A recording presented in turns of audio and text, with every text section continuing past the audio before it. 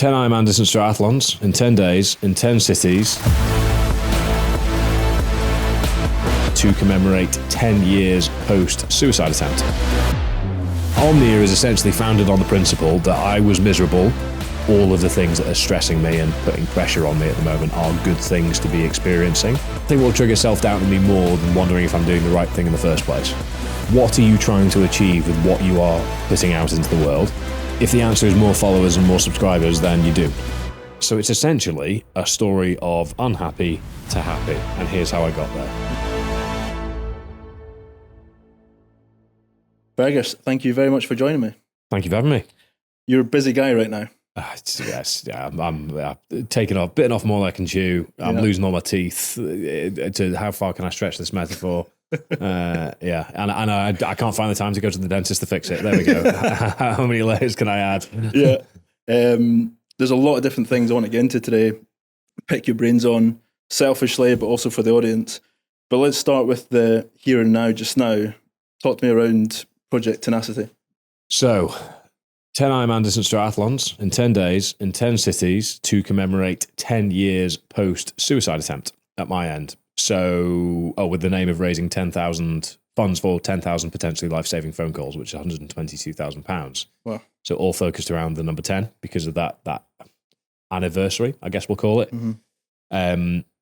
I first got into the world of social media, posting online, sharing my story through raising money for Movember. So that's accidentally become the career. So 2018 was when I began that process. Raised over £100,000 for Movember between 2018 and 2021.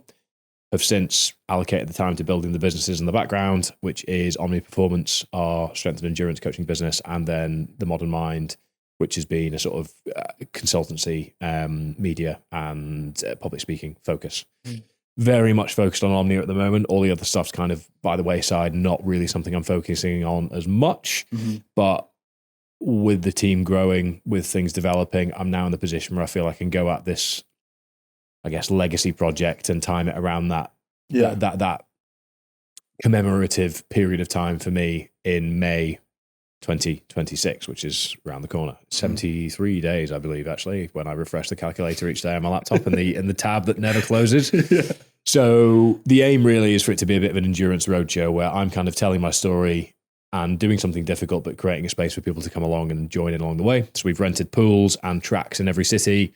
We've got motor circuits in some cities as well, and we're looking to try and figure out what the best way to make group rides work is, but health and safety, regulations, considerations, in terms of actually caring about people's well-being and then also navigating the paperwork involved means that we're not quite sure on exactly how we want to structure the group ride side of things yet, but we're almost there. So it's a big one. It's a big project. It's a very exciting one, and it's requiring an awful lot of training. A very busy time within the business and a few other big personal things going on in the background, which I'm basically most things in my life that could be changing at the moment are changing, and they're all happening at once. So when a few of those things drop, I'll either breathe a sigh of relief or just get so used to this period that I'll never ever be able to take my foot off the gas and inevitably get used to the current chaos. But I think the problem I've got at the moment, funnily enough, I was talking about this morning, is I'm in this weird headspace where my brain is so focused on so many things, too many things. I'm not in any way trying to glamorize it, but it's too many things that require focus. And when I'm training, I feel like I should be doing something else. When I'm doing something else, I feel like I should be training. And I don't really feel like I can give each task my absolute all at the moment because of timing, there's a lot of different things happening all at once, which is great. They're all positive things, but it's testing me. I know you obviously talk about a lot around hybrid athletes, and that's the way you train, but it's truly hybrid when you throw in the fact that you are running a fast-growing business, everything else that you're doing on top of that. You mentioned it there, and I can only imagine it because I've got on a very small scale when you kind of take an hour or two out to go for a run or go to the gym or sit on the Zwift, and you are thinking, or you see an email pop up, I should be answering that, and it's, how do you keep yourself kind of in that zone where you've got something that, and we'll come on to it, you've done some incredible challenges that require that real block of training and getting in the zone. So how do you wrestle with that and making sure that you've got something in the distance that's daunting, and you know that you need to put that training into it, but how do you just make sure that you are leading yourself like day to day and staying on top of things?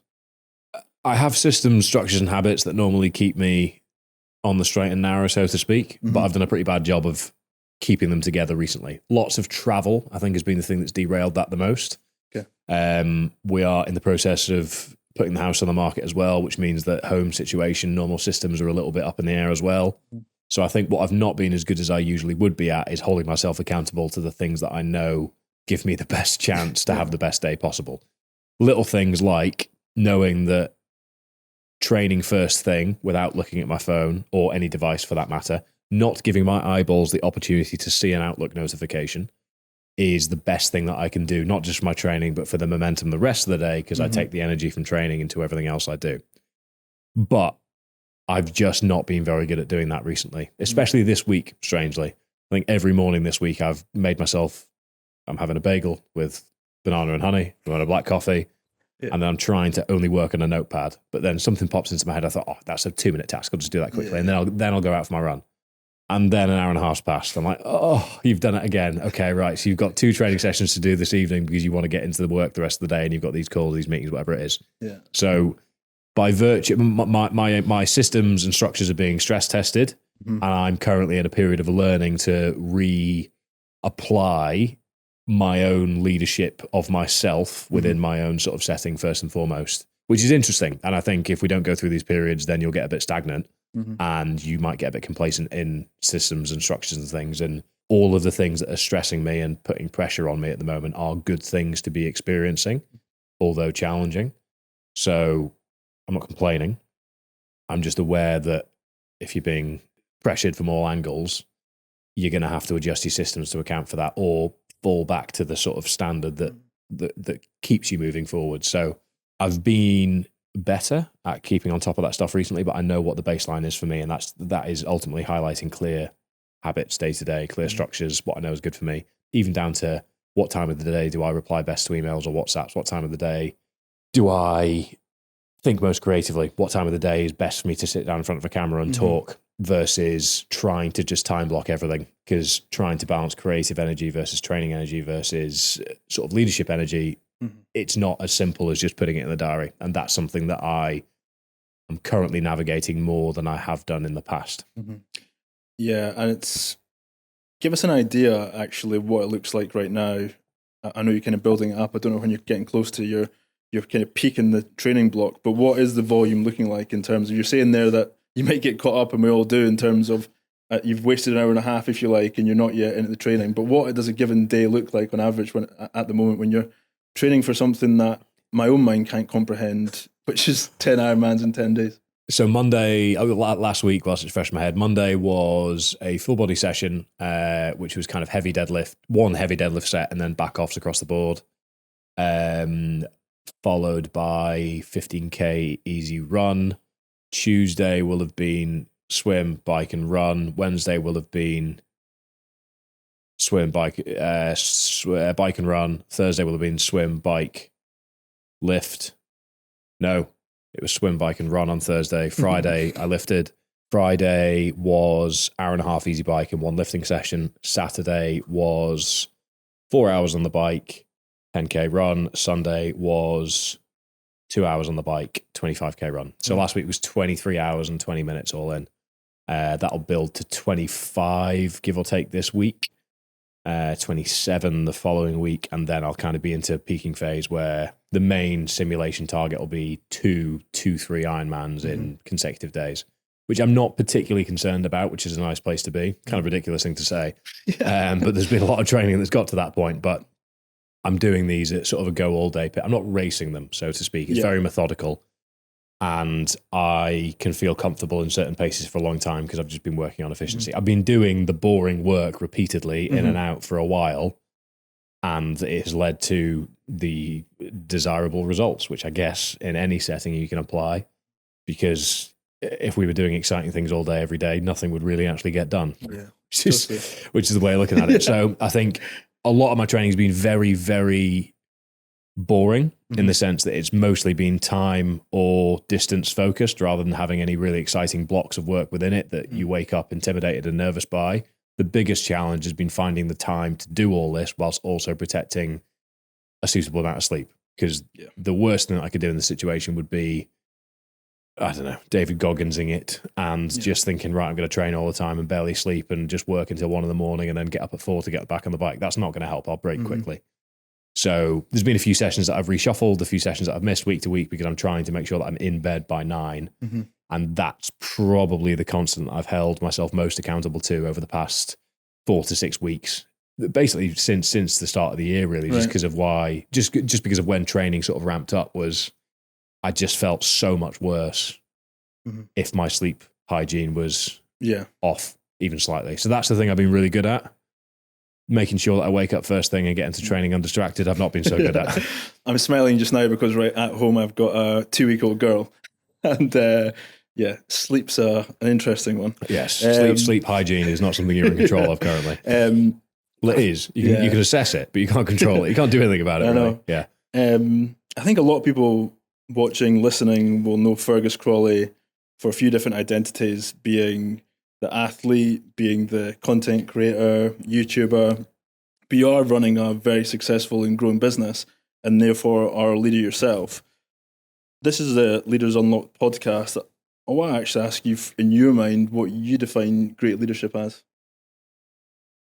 Embodying what it is you say you are, I guess, full stop, actually, at that point, I'd say, it is living the life and encapsulating what it is you want to lead by with example, I'd say. So it's doing the things that will encourage others to do their things and holding yourself accountable to I say the strategy, which is a very corporate word to use, but I think it's the mission. So I think having a clear mission as an individual, and then within a business setting, within a team setting, whatever it might be, there will be a mission that will require a leader. And if you are in that setting, holding yourself accountable through your actions, your statements, your conversations to those actions and to that mission will be the thing that presents you as the person to follow, so to speak. Good. I don't think there is any one characteristic that makes a leader. For those that are being led, the mission of that group is what dictates what is required. And I think the person that makes the best leader in that setting is the person that embodies that mission. And that will look different in different settings. Yeah, brilliant. And I think you've already shown to me that just even the way you've described what you're doing and your training load and how little you are, you know, there's going to be a chunk of time where you're not sitting at your desk speaking to clients and the rest of it. So therefore, you've got a team behind you that you clearly trust, which is, you know, a great part of leadership, and being able to trust and delegate accordingly and let people kind of step into that space, and also being aware of when those people are maybe better at you than something.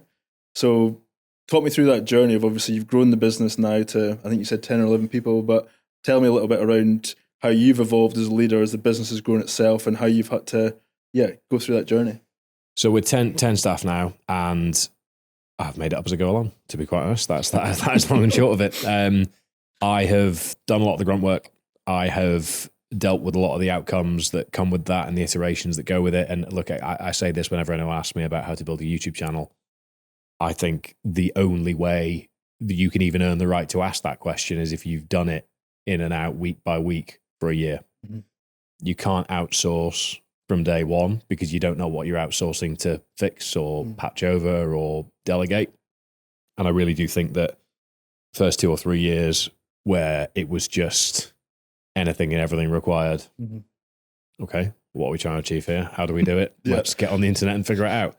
Means that I've been able to figure out what are the elements of the business that bring in the revenue, what are the elements of the business that build the brand, what are the elements of the business that make my life easier and allow me to do the things that are going to move us forwards. How do we separate the brand from the personal identity that's attached to it from my point of view? And then what are the people, or who are the people required to fill the gaps that allow us to keep moving that forward? I've never really struggled with letting go of things if I believe that it's something that will give me time to do the things that, one, I enjoy, and two, I'm good at. Because I've spent, I'd say, for the 75% of my time for the first 3 years of growing the business was spent doing things I didn't enjoy nor was I good at. It was just the role of running the business. You've got to earn the right. That's it. And ironically, now I probably still don't spend anywhere near 100% of the time. And we're not in that position yet. We're not in the position where I can just swan about and dip my head in the door every once in a while. Nor would I want to do that. But I'm doing more of what I am good at and enjoy. But the big challenge that we've got at the moment is how do we translate that back into directly attributable revenue? That's the big problem within our business at the moment, I'd say, is how are we making sure that we are not just doing things that we believe are good things to be doing, but how are we actually making it fit within the overall strategy that's measurable and trackable within the business? Yeah. And that's where myself and my brother don't have the expertise. We're building as we go. Yeah. And we're trying to hold ourselves more accountable to just for the overall health and well-being of the business in the future and learning as we go. But the people that we've got, the team that we've got, we're back 100%. I think where we've not been great is understanding how to get the best out of that individual within their respective role. But that's through lack of experience on our part. And that's one of the many joys of building a business from the ground upwards. And it's very difficult. Some days much easier than others, but the team that we've got are great. We can trust them to do what we ask of them. Have we done a great job of making it absolutely clear what we're asking of them? No. And that's something that we're trying to improve on. But that's part of the iterating process. At the end of the day, I think we don't have the budgets yet to say, this is what we want to achieve. Hand over the money and the person going to do the job. Report back in 1 quarter. We're nowhere near that situation yet. So we need to lead. We need to understand and we need to have input. But I think where I've struggled personally is my brain works in a way where if my foot's even remotely in the door, I'm kicking it down. If I'm in even slightly, if it's completely off my radar, then I won't think about it. If there's even one slight bit of input required for me, then that's when I will think about it. I'll start thinking about the totality of it. And that's the sort of place that my mind drifts when I'm swimming, biking and running at the moment. So what we're trying to do is make sure that we're leading the right way so that we are making sure that any tasks that don't require input directly, we can facilitate that staff member as much as possible so that they can focus on doing what they do really well, so that it can be off our radar, so that we can focus on doing what we're good at doing. And that is a process and one that we're constantly learning on. But we've got the right people to learn with, and everybody's aware of that and in a great position to be able to mold to the mission rather than try and, I guess, mold the mission to them, which is a nice way of looking at things. And again, it's an interesting, to your point, Omnia Performance can stand on its own as obviously a very successful training business that's got a global footprint, but you are central to that in terms of the content you create, and you've got a big social media presence as well. But you've clearly got 10 people in the team now that are joining that mission and buying into something bigger in terms of where Omnia is going, where you and your brother are taking it. What does that look like? How do you kind of message that to them in terms of what that mission is and what that future looks like? So we've done a bit of work on this recently, and we're all very aligned on who we believe our customer to be, what we believe they embody, what we see the business serving the purpose of in X amount of years. But I don't think we've married that up across internal communication, external communication, my personal brand, whatever you want to call it, and Omnia's social media, for example. These external messaging, these external platforms. And I think that's key, and that's where we're doing a lot of work at the moment, and it's all very good. We've experimented a little bit with me being a bit more detached from the business to see how it affects performance. And it served its purpose to a point, but in terms of organic lead generation, we can still see the data that tracks how that feeds in. So we're pivoting quickly and trying things quickly and learning quickly, which I think is the strongest set of skills that we have internally. And nobody feels the need to die on any hills along the way. And we can have very open conversations internally about that, which is great. So I think from my point of view is look, I aim to embody what we believe the values of the brand and the methodology to be, which is training with competence across disciplines and exploring more about your own life through fitness in many ways. And then downstream of that, what does that then become the gateway drug for, so to speak? Whether that's income, whether that's professional development, whether that's ambition to change your circumstances, whatever it might be. we all believe, and most of our customers believe that, this is phase one of a bigger journey, and we're here to help facilitate that journey. And all of our staff believe in that and have lived through that as well, which is great.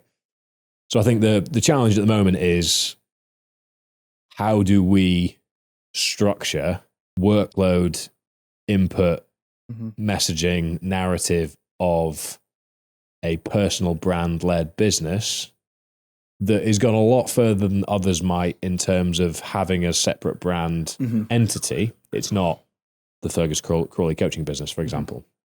But how do we continue to build a business so that it has equity value as well as income value?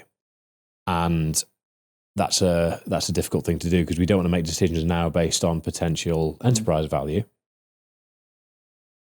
versus doing what we can to serve our customers and move things forward as best we can in the short term, which is probably much more dependent on my visibility within the business. Yeah. So these are the things that we're playing around with. I see that when you're sitting, whether it's in over a year, quarter, just a given time frame, how much are you planning content series and what you're pushing out there in your public role, along with the business strategy? How much do they kind of cross over and align? So it's become a bit messy because of injury kind of derailed that process last year. Yeah. So a lot of things that we had planned out sort of 3 to 6 months in advance, the pipeline of videos and how that aligned with strategy was kind of derailed a bit because I couldn't do the things. Yeah. So your hammy, was it? Hip. I've been great since, touch wood, which is nice. It's speed, lots of speed volume is what hurts me. But we are trying to get to a position where I'm very reactive at the moment, because the thing I'm struggling with at the moment is when I'm training doesn't generate income directly. And I'm spending, including travel, changing showers, probably about 32 hours a week allocated to that one task. So what we're really trying to do as a team at the moment is, how do we maximize what we are getting from that training so it can serve the business in a way that doesn't feel like it's taking the founder away from that side of things. These are problems that everyone will go with. Mine's obviously a bit unique in the sense that it's a YouTube-led business and that sort of thing, and I'm doing something that requires 32 hours of training a week. That's quite niche, I'll admit. But it's essentially that's part of the bread and butter of how we've got the business to this point, is that organic marketing. But a lot of and businesses, storytelling. again, will have a similar issue where it's very founder reliant, or there's key person limitations. And how do you start diversifying the risk and the opportunity away from that one person? We have come a long way, a really, really long way, which is great. But I feel the phase of growth that we're in, I am integral to. There's some days where I don't love the pressure that comes with that, because that's where, if I'm not having the most, I don't know, we'll call it confident day, that's when the training, I get frustrated. I'm like, I'm on the turbo for 3 hours. Yeah. This could be 3 hours I could be spent cold calling someone. Like, you know what I mean? It's that sort of, and the impact of that cold call being, this lead was generated from YouTube. Yeah. And the guy on YouTube has phoned you. That could be a really valuable 3 hours spent. Yeah. And I have got to the point where I've considered actually cold calling people whilst on the turbo, which is either hilarious or terrible depending on your view on cold calls. But it's that sort of thing where this is the battle I'm currently going with, because we're all in, the team's all in. We've got a really clear strategy, which is great. And at the moment, it's very difficult to separate Tenacity from Omnia, and that's going to be it's going to be an Omnia-owned project. So it's very, very joined at the hip. But because we've all got this really clear mission in terms of our KPIs and everything, I am finding the time spent training, because it's not moving the business forward directly. It is when you go to medium term, long term. Yeah. But in the immediate short term, how is what I am doing today hitting the targets that we and the rest of the team is setting as a business? That's something that if I don't do my training first thing, I'll start to think about and wrestle with a little bit more. But I think that's only coming from a place of everybody else is so clear on what they're trying to achieve that from a leadership point of view, I want to be able to make sure that I am contributing to the same thing that everybody else is contributing to, even though I know deep down everyone in the team understands Fergus contributes in his own way. Yeah. But I think my frustration is the way my brain works is, how do you get the maximum amount of output from your input? And the training volume at the moment is a very delayed gratification process, both personally and professionally. I mean, on the off chance I get hit by a car on April the 29th, the day before it's all meant to start. Yeah. That's however many months and however many hours that ultimately didn't even get to the start line of the thing. So I'm not thinking that way at all, but it's just a case of, if we look at it objectively, my hours are being stretched to rely quite heavily on the team for the actual revenue growth of the business. So it's really important that my input is on how are we filling the gaps from, okay, this is my training session today, this is what we're filming around it. How do we get as much as we possibly can out of that to make the team's job easier so that they can hit their targets and focus on their strategic points, so that I can be comfortable training without thinking, I should be doing something else. Totally. What requires the most brain power from you in a given week? Like, where do you really kind of think, okay, this is where I need to be in the zone, this is what I'm owning from that business perspective? Where do you kind of really focus your brain power? So we are trying to get me back to a position post Tenacity where I've effectively really fulfill a CMO role. At the moment, I very much feel like a CMO contractor, because I'm I'm at the mercy of my training hours rather than the business hours, which is funny. But again, it's a unique quirk of the fact that we are an endurance training led business where I'm kind of out there creating the marketing material myself rather than the one delegating, we'll use these models to go and get this. It's a funny one. And look, that's part of the fun. But I think from my point of view, it's the most brain power is the scripting, the planning, the concepting, the sort of creative side of things. And this is where I've struggled recently, and why environment's been a big thing that I've been wrestling with. Is creativity requires space, and it's very difficult to allocate space in a diary or have enough flexibility in your diary to be able to capitalize on creativity when it spikes. I wish that I could tell you between the hours of 12 and 3:30 every day, I'm going to feel super duper creative. I'm going to get my head down and make the best this and that. Whereas it comes to me at 7:30 p.m. whilst I've been cooking. It comes to me when I'm driving at 5 a.m. down to, I don't know, Manchester, whatever it ends up being. It comes out of nowhere. Yeah. And the amount of times recently that I haven't been able to actually activate an idea because I've been doing something that hasn't necessarily been the best use of that time. I think that's what is going to be a big, big focus after this project is over, is making sure that I have enough flexibility built in so I can be more reactive, creatively speaking, and then trust in the team to execute on the marketing strategy a bit more, but to give me that space to sort of keep an eye on the marketplace, what's trending, what are people talking about, how do we integrate that into our messaging, how do we put our own perspective on this, rather than just optimizing for convenience based on what can we recycle off the back of Fergus's training at the moment. Because again, look, if I cut my normal training load to be about a third of what I'm doing currently. Yeah. And that's a much more manageable day to day. That's wake up, train, full day of work, maybe train again. Yeah. And that's reasonable. Whereas now it's kind of wake up, train for a long time, have another session at lunchtime and another one in the evening, and then try and so that's the challenge. But I think most brain power wasted is on commercial thought and planning, but that's my brother's job. Yeah. So that's the one thing that I've struggled to let go of a little bit, is just having total trust. Yeah. If I could delete Strike from my phone, that's a big win. Really? Yeah. I think I'd like to get to the place where I don't look at sales data at all. Yeah. I'm not there yet. yeah. But it's difficult. Yeah. But it's knowing it's so, for example, we've just spent a huge amount of time and investment on really going all in on HubSpot. Yeah. So that means fun and games of rolling out a CRM. Yeah. So I haven't been massively involved in the process of getting it to where it's got to, but what I will be massively involved in the process of is assessing what is working best on quality of lead generation. Because look, our community is amazing and we love our community. And once people are in it, we love looking after them, which is great. So from my point of view, I want to make sure that whatever marketing content I'm creating or we're creating is bringing in the right people. For sure. And I think that's what often gets lost in these conversations, is people think when you talk about marketing or sales data that you're just trying to get pounds in and move on. Whereas we want to curate a community of people that are all like-minded. Yeah. And we don't want people in there that don't necessarily think the same way, because that will potentially undermine the value of that community. So for those that it's valuable to, we are confident we've created the best community for those people in the world.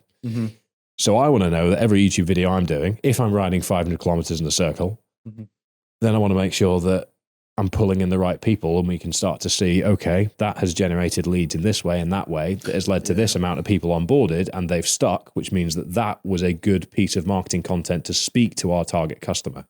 Then from my point of view, apply that creativity to what we do next and what we create next. And then that's where I can delete Stripe.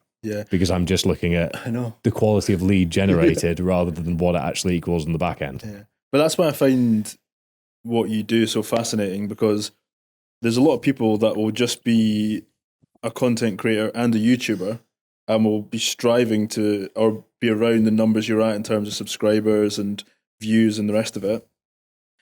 So therefore, the views that they get are the subscribers that they have, and obviously whether it's ad revenue and things that then come from that, that is their measure of success. That is their audience. Whereas you're talking about it a lot more from that business side of things, the same we do in the businesses that I work in, around that lead generation. How do you, but I really like what you said there, it's not a customer for customer's sake. You're building something a lot more impactful. As I said, I'm a big fan of a lot of your content and your YouTube videos, and what you can see there is that you can put a message out on your socials on a Wednesday saying, if you fancy coming to run 50k in London with us at the weekend, come along. And then there's hundreds of people there. Yeah. So it's really fascinating, the fact that you are this really successful YouTuber and content creator, but that's not the main thing. I think I'd be out of the game for 2 years, 3 years maybe, if I'd optimized for, I'll call them vanity metrics. If I'd optimized for YouTubery, not a word I've ever used before, there we go, or content creator metrics, I think the way my relationship with data and growth would have made me hate it, and I can't be creative unless I love it. So I think I have always made my guiding principle with content creation, definitely on YouTube. Instagram, there's things you can do that are quite low effort that just tick the boxes. You can't really tick boxes on YouTube. I won't get sucked into things that are trending because it would be good for the business. Because if I'm not waking up excited to train for it, then I'm not going to be excited. I'm not going to enjoy training for it.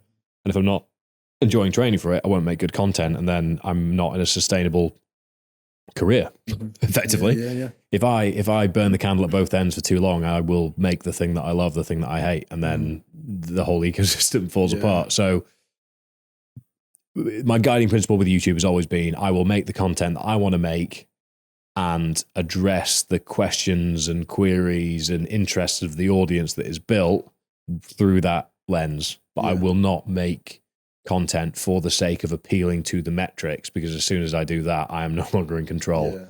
And it does mean that that's held me quite accountable to trying to view the YouTube as a bit of a business growth mechanism along the way. And if you looked at my subscriber count versus, I don't know, total viewership, I've had just under 20 million long form views, I think, which is a huge amount. But I mean, the past month, we've had a couple of not great performing videos, but we look at them, we look at the data, we look at what's changed in the algorithm and the homepage and things recently on YouTube, and we go, okay, homepage has been reduced from 3 rows of 5 recommended videos to 1. And for some accounts, Shorts recommendations now rank higher than long form recommendations. That changed in October. So we could look at a reduced views and a reduced impressions and go, oh, we're shit now. Everything's falling apart. Oh God, we're so bad at what we do. This is terrible. Let's start eating pink food for 24 hours and make these all these crazy things you can do. While cycling. Well, all this sort of stuff. All this sort of stuff. You look at what if you start optimizing for virality or reach, you miss the point. And I think you lose ownership. Yeah, when we've been good at looking at what's changed, and if we have a period we go, Christ, we are backing what we're making. We're not putting out shit here. And we're not getting the results that we'd expect. Try and understand why that is. And there are demonstrable reasons recently why that is the case. Is that frustrating? Yes. Because there's a period where I knew that I could put up an average video and it would do 30,000 views, 40,000 views in a week. Easy. That's not the case at the moment, but I know why that's not the case, which means if I just make sure that every week I keep putting out a video that I back, and I keep putting out information that I back, and I do that in perpetuity, so to speak, then I'll be able to keep doing that. If I start panicking and doing things differently to appease those changes, I'll have a very short shelf life before I go, I can't do this anymore. Mm-hmm. And then that loses that creative outlet. I'd ultimately like to transition the YouTube channel into me drinking beers and playing golf with my mates in my late 30s, early 40s, whatever it ends up being. I'd like that always to be a creative outlet for me that the channel evolves with. So if I start trying to play somebody else's game, I might lose that creative spark that means that I enjoy making videos and doing silly things on camera. But again, there's a lot more noise on social media now, but it is ultimately, I view it as followers, numbers, all these things on the screen mean absolutely nothing. Well, first question is, what are you trying to achieve with what you are putting out into the world? Yeah. Work backwards from there. If the answer is more followers and more subscribers, then you're doomed. Yeah. Because you're playing someone else's game and there's no way you can measure it other than algorithmic swings. Yeah. If you're trying to generate leads, okay, you can be a lot more targeted with how you do that. And you can measure what objectively is a poor performing video on social media in terms of the vanity metrics, but it made you 20 grand. Yeah. Let's say. That's a good performing post. But if you go, I only got 18 likes though, then you've missed for the woods for the trees. Yeah. So it all depends on what you're trying to achieve in the first place. And my primary aim is enjoy making content about things I enjoy training for in a way that I believe other people will engage with and inspire them or encourage them to do something that they might enjoy. And we weave in lead generation mechanics for Omnia or occasionally for other brands as part of relationships that I have with them. Yeah.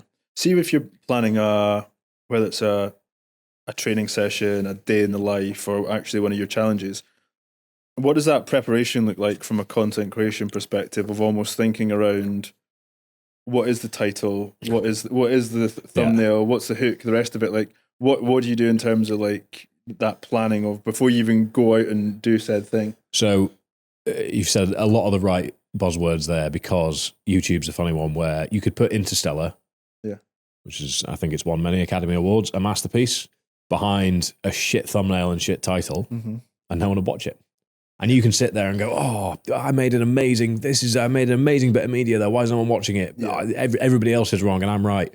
To some degree, yes. But at the end of the day, you're fighting on a platform to get your video clicked on, and then you're fighting to keep them there. So we try, where possible, to work backwards from a thumbnail and a title concept and package the video accordingly. Any videos that are informative, insightful, or educationally led, we will script and structure in a way that's very, very clear and direct and work backwards from that concept. So that's normally where we'd probably pose a thumbnail or have a specific vision for it that we then build from. Yep. Any videos that are more sort of on the fly, training focused, vloggy, shall we say, will kind of be a bit of what's happening. Okay, yeah, there's enough here. Think of a concept that sits as the sort of, I don't know, spine of this video and talk about it as you go. And then we can build the packaging around that. So let's say I had a swim, a bike, and a upper body session in the same day. You could say full day of training. Okay. Wide reaching, vague. What are you training for? What does this person's context mean that a full day would look like? Are they a trust fund kid? Are they running a multinational company? It's very different context there. So how do you give the viewer as much information as possible before they click? And again, I think this just comes down to how do you distill down what you are trying to say and convey as clearly as possible. I think that's a skill that translates into communication, presentations, all that sort of stuff. I would probably make that video how I balance strength and triathlon training, because I'm swimming and biking in the same day as an upper body session. So there's conflicting disciplines there. There's different settings. I can talk about different components. I'm going to be near a pool. I'm going to be on my bike. I'm going to be in a gym. There's going to be travel between. I'll probably eat. That's 5 or 6 settings that I can talk about things in. So I can maybe make one point with 5 different components. I can maybe make 5 separate points for people to take away along the way.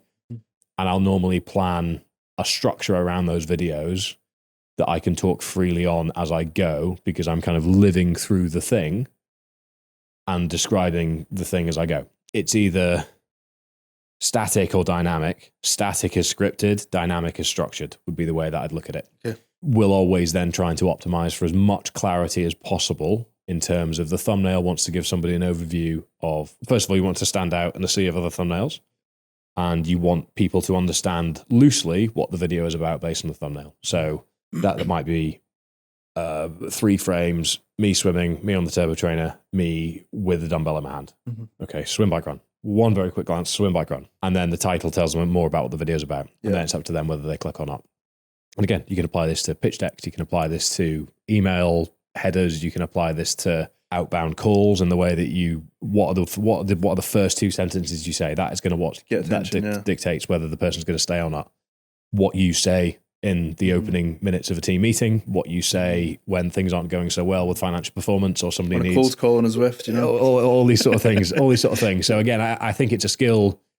One thing I will say is nothing has given me more translatable skills in the modern world than understanding a YouTube channel has. And I think anyone that's even remotely creative or interested in making media, if you make 1 video a week for 12 months, there is no possible bad outcome, because either you create a YouTube channel that suddenly becomes something that's useful to you, or you've developed your skills exponentially across public speaking, kit, equipment understanding, editing skills, communication skills, scripting skills, storytelling skills, framing, all of these things that are very useful in other settings, even just to understand. And you've then got those that you can carry with you. Because I think a lot of people are very impatient with this stuff now. And a lot of people are preying on that by saying, oh, well, if you do this now, then you will have this then. And I don't think you can cheat experience or doing the original hard yards. It's same as, but you can get funding for a startup that's going to have an infinite runway on the face of it. But that's not going to achieve anything unless you can actually get the ball rolling. What is that? And you talked about it, you're now in this world of business owner, YouTuber, content creation, but that wasn't the plan, right? And you talk about in terms of that, Movember, what year was it? 2018, it was when it all started, being a real sliding doors moment in terms of your life, career, and purpose as well.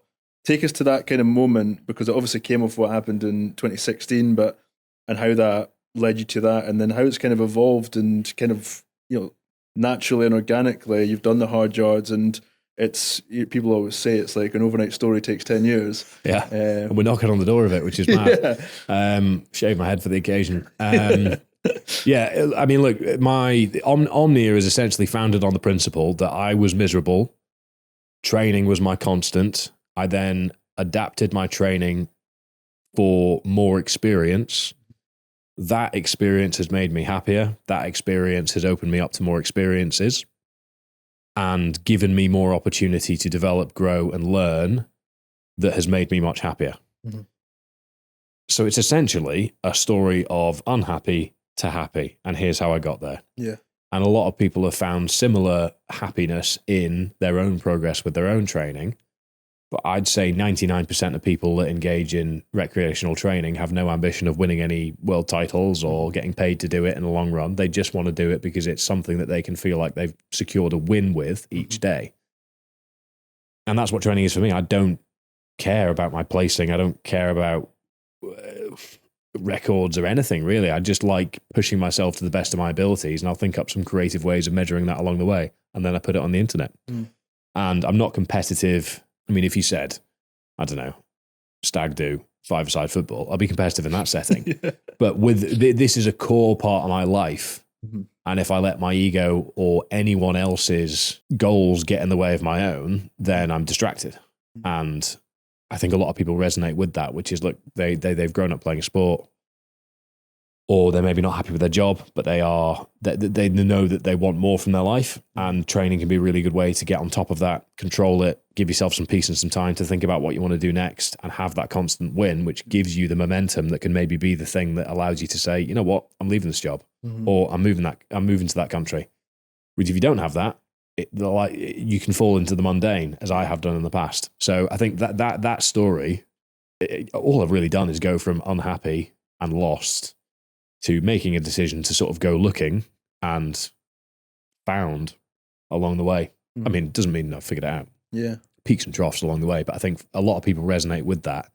But it's the decision. It's the decision of actually, a lot of people don't get to the stage of making that decision, and they'll forever go along that on the treadmill, if you like, of actually being unhappy and not do anything about it. So there was that kind of moment that you kind of held yourself accountable, almost in terms of, I need to make a decision here. I just realised I opened my laptop at a coffee shop in London. I don't know the exact date. It was mid-August 2018, sorry. And I just opened my laptop and I was like, I absolutely hate the thought of... What were you doing then? I was a regional manager for Heineken. Okay.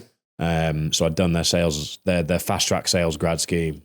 It was a six month grad scheme with one job at the end of it. There were 6 of us on it. Yeah. And I was the one that got the job. So again, I've always been fast paced. I've always been aspirational. I've always been ambitious, but it just wasn't the job for me. Mm-hmm. And I only did it because it was there after it wasn't what I wanted to do. It's a classic, isn't it? But it was difficult to conceive of any sort of pivoting at that age. And look, you can pivot in any direction at that age, really. Yeah. The personal guarantees and the responsibilities are a lot more recoverable at that age, which is nice. But I think the thing for me was I just realized if you continue on this path, you are going to be very unhappy. You have felt this way before. Let's make sure that doesn't happen again. Mm-hmm. What can I do? Okay, how do I translate my ability to squat a lot of weight into something a bit more meaningful? Mm-hmm. And that's kind of where I discovered that realistically, there was a creative part of my brain that hadn't really been engaged with since English literature was what I wanted to study at uni. Creative writing was kind of always a big part of it, but I was encouraged to go for a course that had less applicants per space.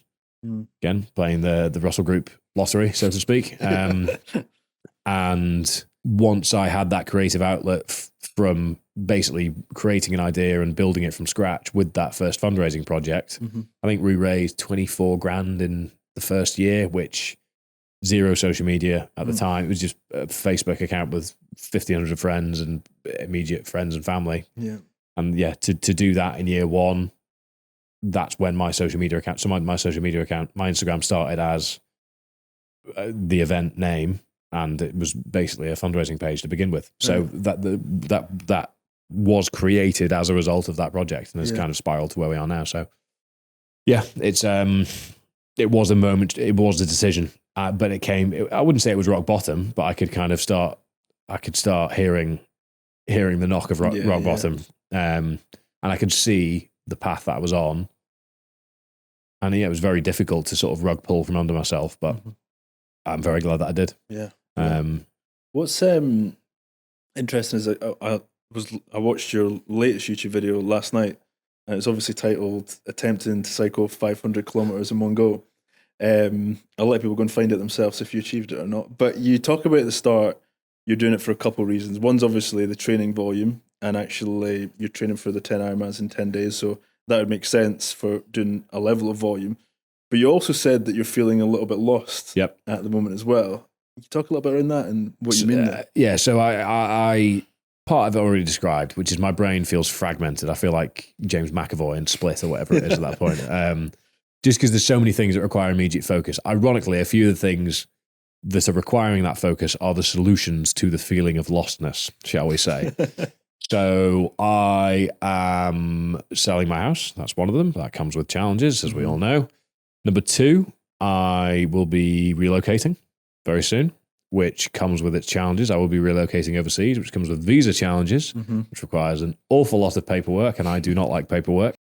And that all has to work to certain deadlines. But the reason I'm doing those things is because creatively, I mean, for want of a better phrase, I've kicked the arse out of the Pentlands. I've really done my time.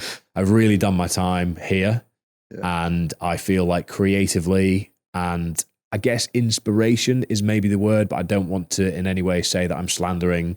I've been here a long time, and I've really interacted and made the most of my environment whilst I've been here, but I just feel like a change will be very useful.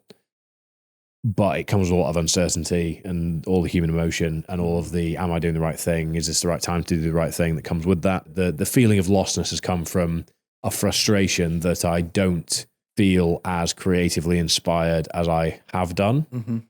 And we moved from Midlothian back into the city centre last year, or 2024. And that solved a lot of those feelings, but it didn't address the wound, so to speak. Okay. It sounds very dramatic, but I think, look, at the end of the day, I need a change. And I think we're acting upon that, and that's intimidating. Mm-hmm. And, but you're making a decision again. Again, making a decision, yeah. And look, I think in the current discussion on this topic and current narrative on all this is all quite contextual, quite topical. I think a lot of people are starting to go, right, am I going to make a change myself? And I think, look, I'm risk tolerant. Mm-hmm. I've made a few changes that have drastically improved my life. I've made a few changes that have drastically negatively impacted my life. And I accept that as the cost of doing business. But essentially, yeah, we Erin and I both feel really confident in the fact that a change is needed.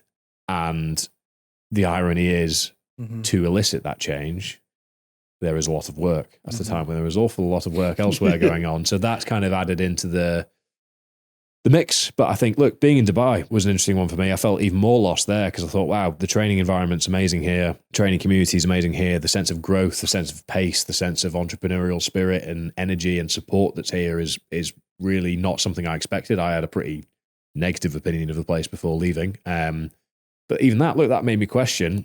I had an opinion of somewhere I hadn't been before, and I had a conviction as a result of that. But how can I have that conviction without having been to the place to experience it? So it just got me thinking about, how do I protect my energy day to day to be the best version of myself, first and foremost, but then how can that translate down into bringing the best out of the people that we've brought on board, and therefore giving the best to the whole ecosystem, our athletes, staff, clients that we work with on a sort of consulting basis or anything like that, whatever it might be. And I think, look, sunlight plays into it as well. I spend a lot of time training. I don't enjoy the turbo trainer. Yeah. I do enjoy riding my bike outdoors, and I have done a lot of mileage on the East Coast. I've done a lot. I have rode over in high winds over 400 laps of Arthur's Seat at this point, I think. Wow. And I love it. And it's not me saying, oh, Arthur's Seat's boring. It's me saying I am currently a little bit flat. You've ticked the box. Yeah. I have interacted so extensively with my current environment that I feel like a little bit of a change will do a little bit of a refresh will do my brain a world of good. But there is a lot of questioning that comes with that, and that's what's got me. I'm a fiercely analytical person and thoughtful person, and by virtue of having to tell these stories online as well, I kind of think, I think about how will other people not that will influence my decision, but it makes me, I don't know. I just consider the totality of things in a way that I wish that I didn't sometimes. Yeah, well, the change of scene is such an important thing in, well, whatever you do, but even training, like if you go out and you do, even if you're running 20, 30K a week and you do the same loop, it becomes monotonous. And you think, whereas just if you meet a friend or you go and take a different 5K, what it can do in terms of your actual engagement on that run and maybe freed up thinking, creative, rather than thinking you need to get through it, you kind of look up a little bit more and you enjoy that sense of different surroundings. So I totally agree in terms of, particularly the volume of training that you're doing, that change of scenery is probably going to give you a real boost. I think it's being aware that we evolve as well. And look, when I was very, very operational day to day, being in the office and being around people day to day so you could react quickly on things was great. But now that my role is a little bit more creative and a bit more marketing driven only, actually having people able to knock on my door and sort of disrupt that is not great. And I work better when I'm completely unavailable on the other side of the world.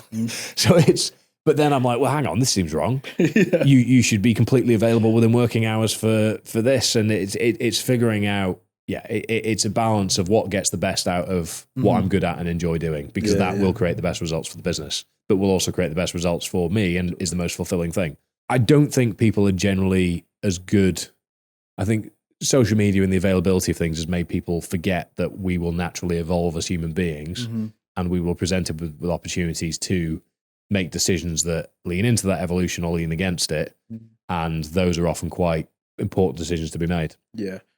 What's your relationship like with self-doubt? Because I ask that because if you're running a business, there's always that moment, is this the right decision? Have I hired that right person? Are we doing the right thing?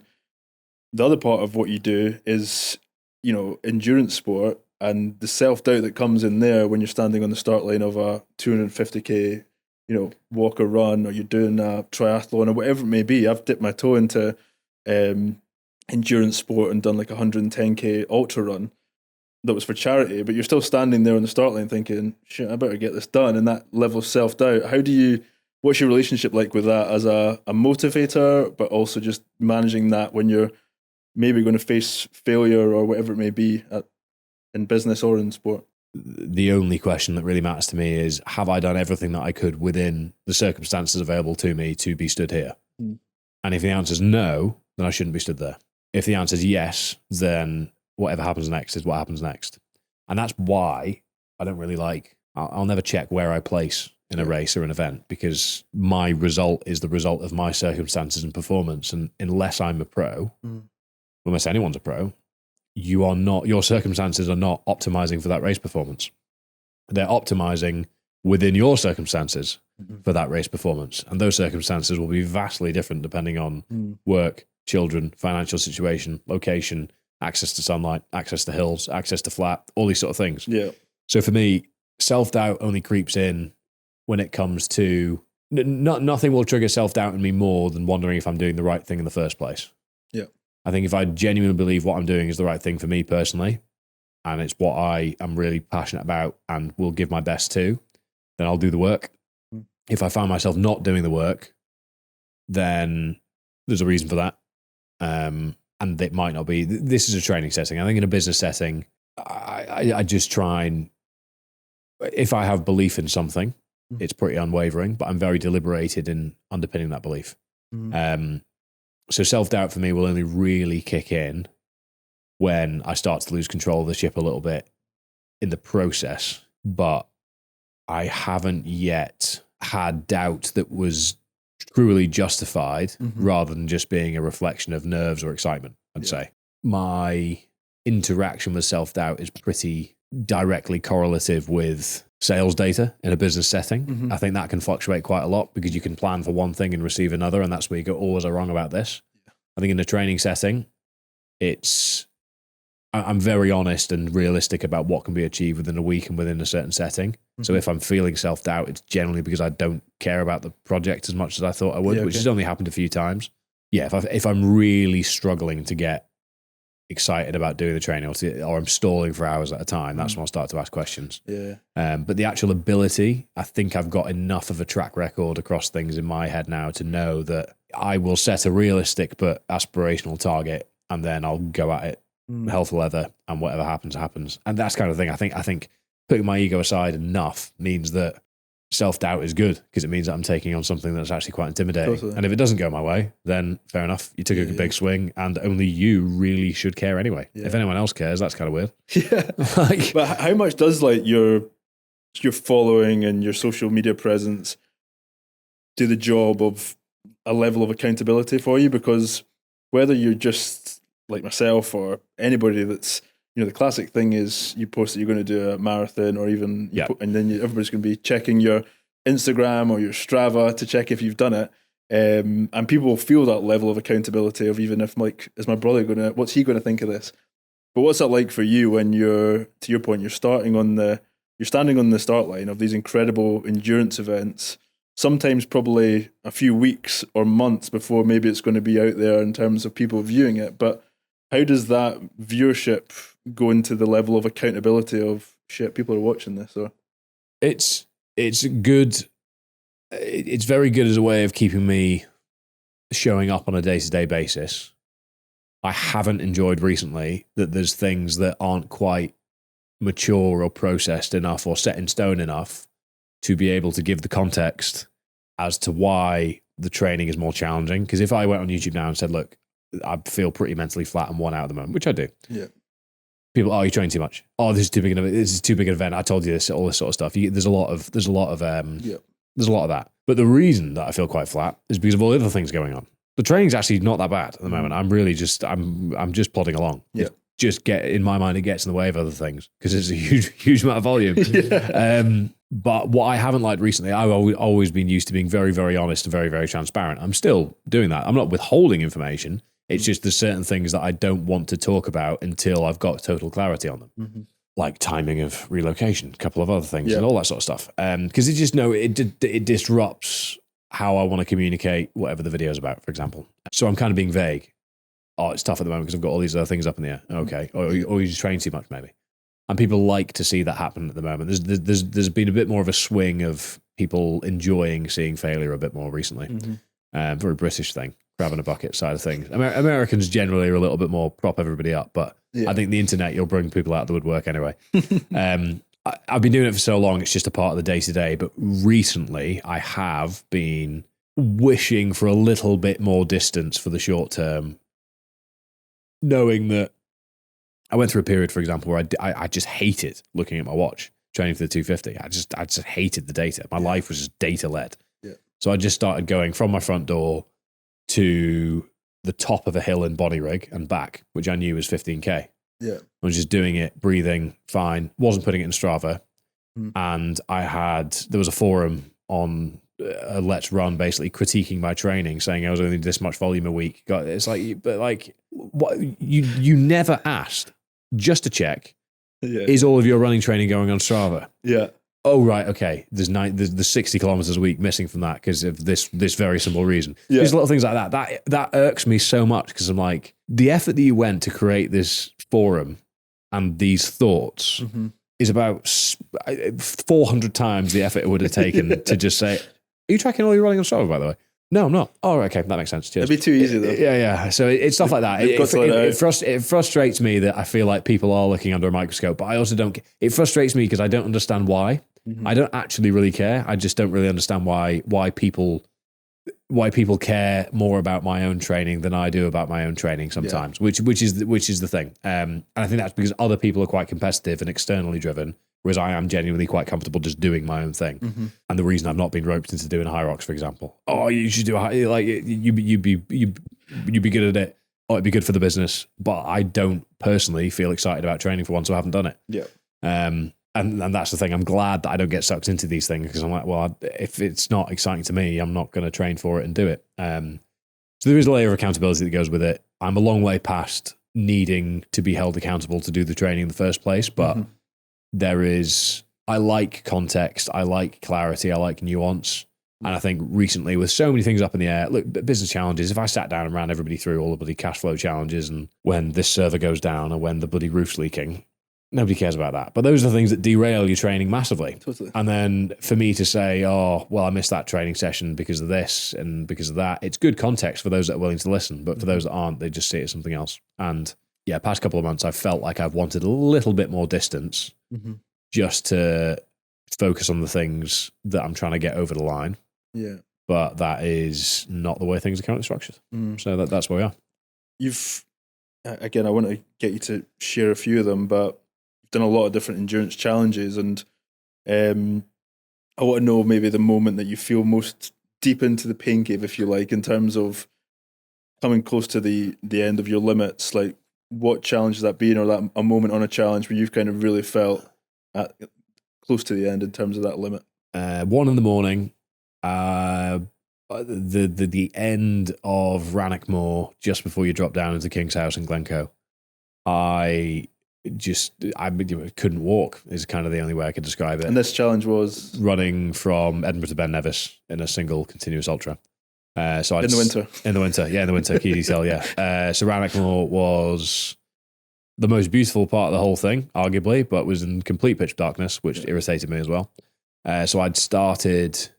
This was 38 hours after I'd started, and I was in the middle of Glencoe, having started in Edinburgh. So it was quite a long distance at that point. But because my feet had been soaked pretty much the entire time, and there'd been so much in and out of mud, and we'd been changing socks and everything. But I had about 15k a section, which for the most part, as soon as I came off the canal and into the sort of West Highland Way section, it was so muddy. My feet were just constantly soaked, constantly dirty. And I got what was effectively early stage trench foot. And my feet were so swollen, puffy, and in a bad way that they started, the pain was excruciating. And the blisters were, basically what happened was kind of, the base of my foot swelled up so much that there was kind of a fold in the middle on the ball, between the ball of my foot and sort of the outside of my foot. And then that just became the most unholy blister, but it looked like a gash. When I first took off the sock, I was like, oh my God, it was like somebody just sliced down the middle of my foot. And it was just agony. And Rannoch Moor, I'd done the recce and ran it, and it was probably one of the most enjoyable trail runs I've ever done. But the whole path was covered in snow, so it was quite soft, whereas the actual path is just loads of loose pebbles. Mm-hmm. So the first time I ran it, I thought, oh, this is great, nice and smooth, lovely. Second time I ran it, every single foot placement was like it felt like I was having 100 needles stuck in my foot at once. And this was for like 18K. So just the mental drain of every foot placement being so painful, having just crossed the 200 kilometer mark with another ultra to go in the dark, being sleep deprived. I think my brother was just stood there. What is the self-talk there? Like whether it's that or, again, I watched that video last night, and I know it's probably uncomparative in terms of the different challenges there, but in terms of you've got a lot of time. It's a lonely place, isn't it? Yeah. And there's a lot of self-talk and getting into different zones and just being in your own company. Like, what's that? You've obviously mastered it, but like, what does that look like for yourself in terms of that? It sounds so cliche, but it's trying to chunk it down into step by step. So, I mean, if we go 250K backwards, you can then go, okay, right, well, it's 550Ks, 5 ultras, cool. You can then go further. You can go, it's however many marathons. It's 25 10Ks. It's this many sections between checkpoints. It's this many 5Ks, this many 1Ks, it's this many 400 meters. 400 meters is only one lap of the track. It's this many 100 meters. That's how fast can Usain Bolt do that? Okay, cool. 100 meters you can walk, that's easy. That's less than a round of golf. Cool. It's only one step at a time. And you can take it all the way back, and you can kind of, in the moment, depending on your mood, you can lean on those different chunks as a way of sort of framing what's happening next. The worst thing you can do in any setting is thinking about the end rather than the next bit. And the next bit sometimes is 1 foot in front of the other. The next bit in Rannoch Moor was literally 5 yards. Yeah. And then once I got a bit more momentum, we had a bit of downhill, and I could see the lights of where the car was. I had a bit more momentum to get there. What's terrifying is, after a bit of a morale boost, a bit more food, some coffee, and a change of socks, I was pretty convinced that I wasn't going to be able to run another 45K on those feet. And the pain actually subsided quite a lot. So it did really make me wonder how much of this was, I mean, it was very painful, but how much of it was then exacerbated in my head by sort of catastrophizing the scale of the event rather than thinking, get to the next checkpoint, get to the next bit. Because the pain in my feet wasn't just the pain in my feet. It was, you've got to deal with this for another however many hours. And that, I think, was the thing that was making me go, this isn't possible. Whereas walking another 10 yards was possible. Yeah. So I think that's something you can apply to almost any setting. And that's always been what's got me through. But I don't believe that I will ever completely master the ability for there to be no troughs, only peaks, or to flatline it. Because I think that's actually where the reward is in these processes, is when you find yourself in the trough, you go, okay, what skills and expertise can I lean on to get myself out of this? Yeah. So next time you're in it, and experience layers and builds, and it makes it easier for the next time. So I've got more experience now of knowing you can feel like this is game over, and a bit of a refresh and a bit of a reset will actually allow you to reframe it in a way to keep moving forwards. I'm intrigued, like, when you're doing that, are you so in the zone and so tired and in pain that you're just focusing on that, or are you still zooming out a little bit and thinking about the film that you're making and the content that you're making? On that project I was, but that's because I essentially I wanted more in the moment GoPro stuff as part of that project, but the person that was filming it wanted everything to be filmed on sort of more cinematic cameras. So I think we lost a little bit of the rawness, maybe. Yeah, like I think the moments that were probably the most in the moment documented, rather than me recounting the moment, I think we lost those a little bit. And I did think about that a little bit during the project, but generally no. You just want to put total trust in the team. Yeah. But yeah, with that project, I was trying to think, right, okay, well, how are we at least making the most of this? Because we showcased Scotland brilliantly, and the media did that really, really well. I think the sort of the understanding of the difficulty along the way, but also capturing the good bits and the funny bits along the way. Because I think I kind of came in and out of checkpoints, and it was okay. What's going badly? We never actually spoke about what was going well. Yeah, it was kind of so only capturing those moments at the checkpoints means that we miss the bits where it's okay, the sun's come up, amazing. But yeah, that's just a lesson learned for next time, is make sure that we've got everything along the way, so that you've got we are never without a camera to capture a moment, even if it is just a phone or whatever it might be. Yeah, you talked a little bit in terms of just like the YouTube and how if you start chasing views and the algorithm and things, you're only going to lose in many ways if that's all you're doing and try to chase views and things. I'd love to hear your honest view right now on the fitness industry and like the life that lives on social media and YouTube and things like that, and what's it getting right and what's it getting wrong right now, because it's interesting time, isn't it? I think we've gone full circle on losing sight of the basics.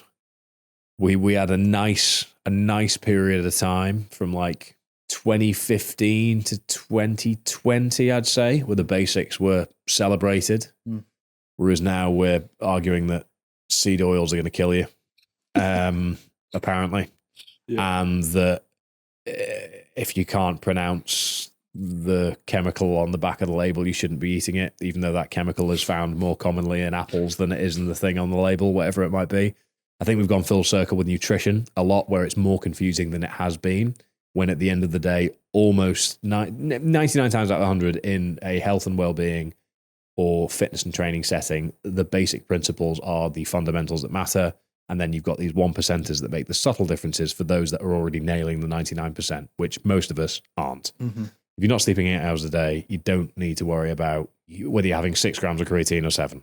I think that's kind of the sort of level that we've got to. I think the fitness industry has got hundreds of thousands, if not millions, more people moving in the past couple of years, which is great. But I think, unfortunately, it has also become so saturated and confusing that those people that are new to the space will be as confused as maybe I was joining it in, I guess, when I started consuming content online about fitness was 2010, probably. And it was a confusing place then. Yeah. And then it became quite simple, but it's now become confusing again. Yeah. I think there's too much of an emphasis on recovery over just either A, not doing too much training in the first place, or B, doing enough training in the first place to warrant recovery. I think people are spending money on things that make their life easier rather than doing the hard things that yield the results. And I think that's a section of the industry that potentially has become a little bit overinflated commercially. I think, most people don't need Normatec boots or massage guns as accessories when they could probably just look at a slightly more robust training plan for their goals in the first place. For example, there's a lot of content creation going on. There's a lot of conflicting information going on. As with all things, curate your feed based on what you want to achieve with it. But I do acknowledge that if you are new to it, it can be a very confusing place. As a rule of thumb, if anyone is selling you a specific method with a diet, normally that's the title of their book, and they're heavily incentivized to convince you that that method is the only way so that they can increase their book sales. I think from a training point of view, the basic principles consistently compounded over time are the things that matter most. And finding something you enjoy is more important than doing what you're doing perfectly, because daily activity is something that a lot of people don't have access to or struggle to do in the first place. And the best way to increase that is to find something that you enjoy. That's where paddle has been great, for example. But I think what we don't do well is we wouldn't put paddle into the fitness industry. We put that into the sports industry. That's true. But paddle is a form of activity that's got people moving, and getting people moving might get them doing weight training. Getting them weight training might get them doing more paddle. Getting them doing more paddle might get them doing their first high rocks, whatever it might be. And I think, I think we've detached sport from fitness too much from a community point of view. And I don't like infighting. I like celebrating progress. And I think that's where CrossFit versus high rocks. What does hybrid training mean? Cyclists versus runners, runners versus triathletes, swimmers versus everyone else, apparently. Cold water swimmers versus pool swimmers, wetsuit swimmers versus non-wetsuit swimmers. There's factions everywhere. And look, that's human nature. But I'm personally of the belief, shouldn't we just celebrate that people are out there doing things? But yeah, I think the overarching summary is the basic principles executed consistently within your circumstances matter more than anything else. We exist to help people streamline specific goals across training disciplines, which is a more difficult balance to get right because you're aiming for specific performance outcomes. Yeah. I think if people are just looking to get fitter and healthier, it's a very confusing place to know how to do that for the maximum amount of adaptation for the minimum amount of effort, which I think ultimately is what most people are looking for, is how can I do the least amount? How can I change the least amount about myself day to day to change myself the most? Yeah. And you don't need to be doing 30 hours of training a week, let me tell you. I'm probably long past the diminishing returns point at this point. But yeah, being aware of your calorie intake, eating mostly whole foods, not demonizing any foods objectively, unless they're the only thing that you eat, moderating alcohol, paying attention to your sleep, doing some form of daily activity, working on some sort of resistance training, having some sort of aerobic stimulation. That can be achieved with not a massive amount of effort versus what people are telling you is required.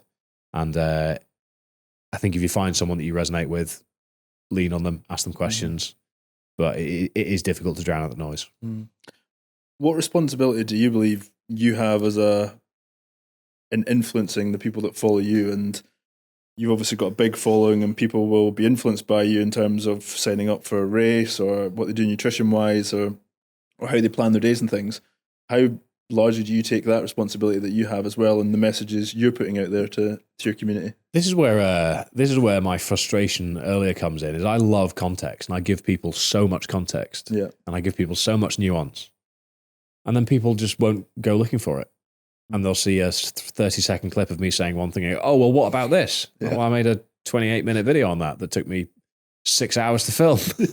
So that's me being more context driven. That makes me laugh there. But I think I will always try and make sure that whatever I say is not anyone that has maxims or absolute rules is often ignorant to reality. In that there are very few things that are completely unequivocally true in fitness. Yeah. Things like if you eat less calories than you burn, you will lose weight, for example. That's probably a maximum that we can add in. Yeah. But this way of training, or this split, or this food is the best. The best for who? The best for what? What's the outcome? What are we trying to achieve? I think that's the key.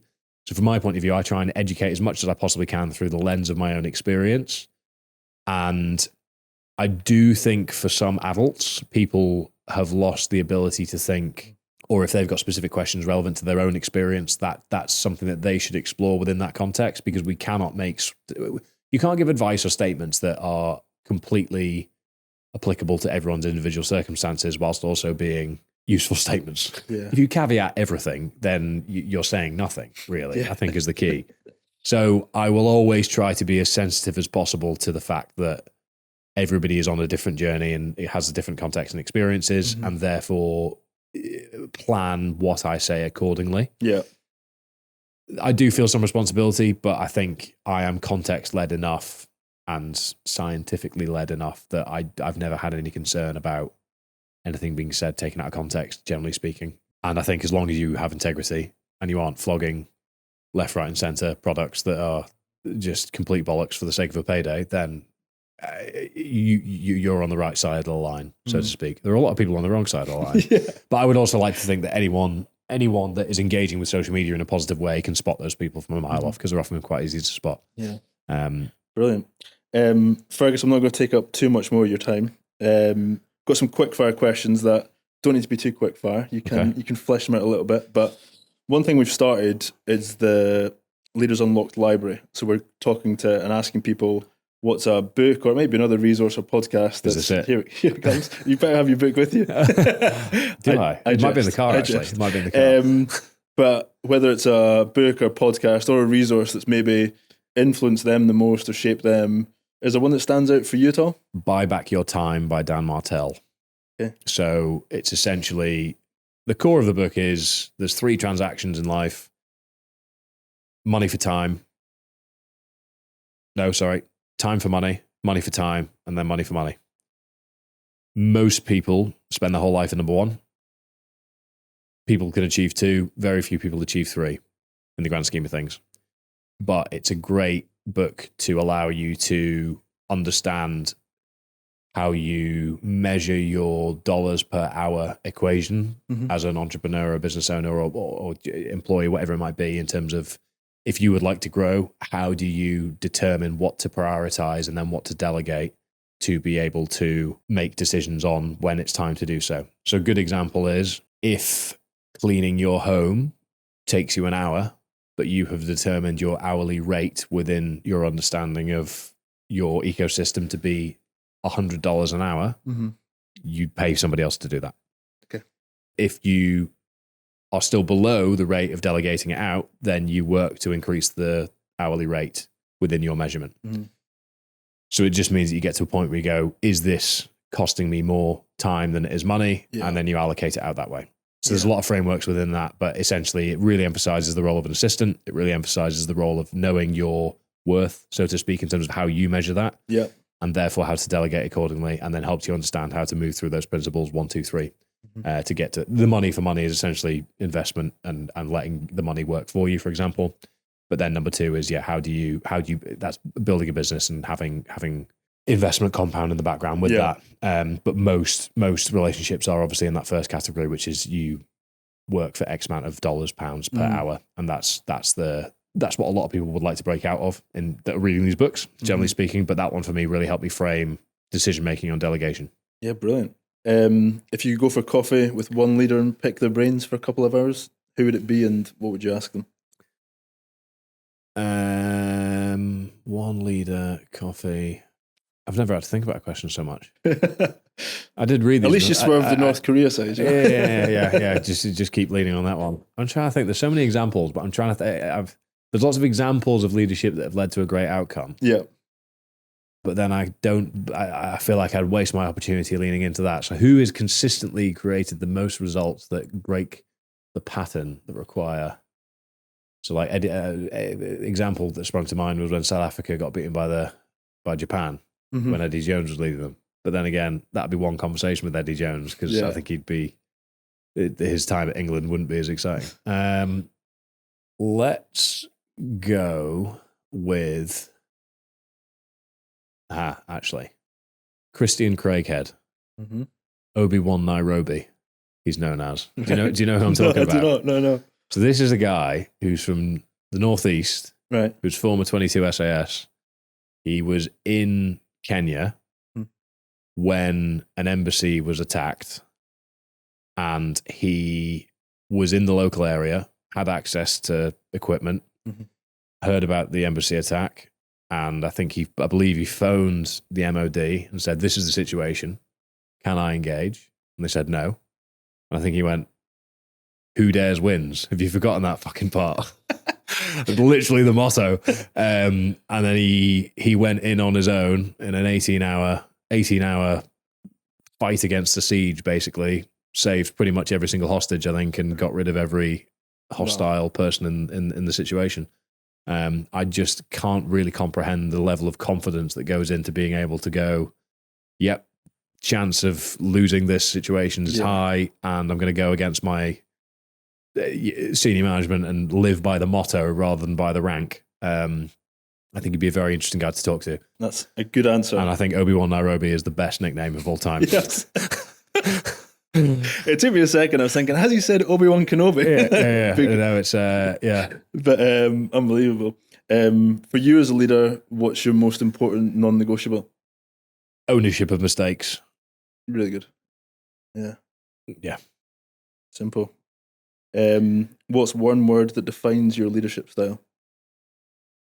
Sarcastic. It's good to lighten the mood when you're delivering messages and making big decisions. It is, yeah. When you're leading a team, which behaviour are you least tolerant of? What's the opposite of accountability? Unaccountability, lack of accountability, inaccountability. Yeah. If you say you're going to do something and you haven't done it, own that. I think is kind of the thing that's irked me the most in the past. What 3 words would your team, colleagues, and counterparts use to describe Fergus Crawley? Erratic, resilient, driven, I'd say, probably. You're quick with erratic. Yeah, I'm all over the place. Yeah. My brain, that's the word that's front of my mind at the moment. Really? Yeah, but I think it comes from it's the sort of addictive personality. I'm pretty convinced I've got quite severe ADHD, but I'm not going to be one of these people talking about it on LinkedIn now. Yeah. There's too many of them, I'd say, not to undermine the severity of neurodivergent challenges, of course, but it does seem like everyone and their dog has been diagnosed with ADHD recently. Yeah. When allocated correctly, it's the best trait I've got. When misallocated, it's not great. Yeah. But it does mean, I can turn up to the office for an hour, drop 3 ideas, leave, cause chaos, and then Jamie phones me being like, "What was that for? They were great ideas, but you've really derailed everybody's goals for the day." I'm like, okay. Yeah, fair enough. Well, self-awareness is key. I make no apology. Yeah. So I think that's good. I'd say. Who are 2 people that's had the biggest influence on you, be it as a person and as a leader? Chuck Swan, who's my rugby coach at under 15s. Okay. He was just a hardy Scottish grafter rugby club coach that just brought out the best in the lads he was looking after. Mm-hmm. And it'd be cliche to say my dad, but he's helped me navigate a lot of the challenges of growth and all those things. And he's always been very, very good under pressure. But again, that's through experience. So leading on that experience of my own so that I can become terrifyingly unfazed by pressure in the future will be a nice place to be. Yeah. Final question. What's the best piece of advice you've had or can remember that you can pass on to our audience? Nothing lasts forever. Good or bad.